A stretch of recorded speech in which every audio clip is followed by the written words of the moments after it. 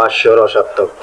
কুম্ভ মেলার ভিতরে দেখলাম যে অনেকে 14 বছর হাত উপরে তুলে রাখছে, কেউ দাঁত মাজে নাই, কেউ কাটার উপর ঘুমিয়ে আছে, এগুলা নাকি সমাজের মঙ্গলের জন্য। আবার কেউ কেউ আছে যে ইস্যু করো 15 বছর পানি নেয় নাই, হাগু করো পানি নেই নাই, এগুলো নাকি সমাজের মঙ্গলের জন্য কুম্ভ মেলা এগুলো প্রচার হচ্ছে। আবার সবাই তাদেরকে পূজা অর্চনা করতেছে, খুবই হাস্য রসাত্মক।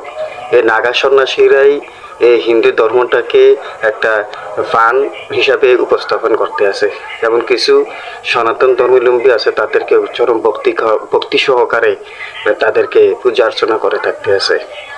নাগা সন্ন্যাসীদের এমন কার্যকলাপ আমাদের বিশ্ব ব্রহ্মাণ্ড নাকি অনেক উপকার সাধিত হয়। তাদের এসব হাস্য রসাত্মক কর্মকাণ্ডে সমাজ এবং দেশের এবং পৃথিবীবাসীর কি মঙ্গল হয় এটা আমার এখনো বোধগম্য নয়। চরম হাস্য রসাত্মক বিষয়। খুবই হাসি ভাই। হিন্দু সমাজে এমনি নানান বর্ণবাদী নানান কুসংস্কারে জর্জরিত, আবার নাগা সন্ন্যাসীদের এই ধরনের কর্মকাণ্ড মানে সমাজের কি উন্নতি সাধন করে এটা যারা বিবেকবান মানে সুস্থ মস্তিষ্ক এবং যারা শিক্ষিত সমাজ তারা ভাবলে অবশ্যই এটা যে একটা পান এবং প্রপাগান্ডা মিথ্যা এটা প্রমাণিত হয়। এবং যারা মূর্খ, যারা বোকা এবং ধর্ম সম্পর্কে অজ্ঞ তারাই তাদেরকে পূজা অর্চনা করে থাকে।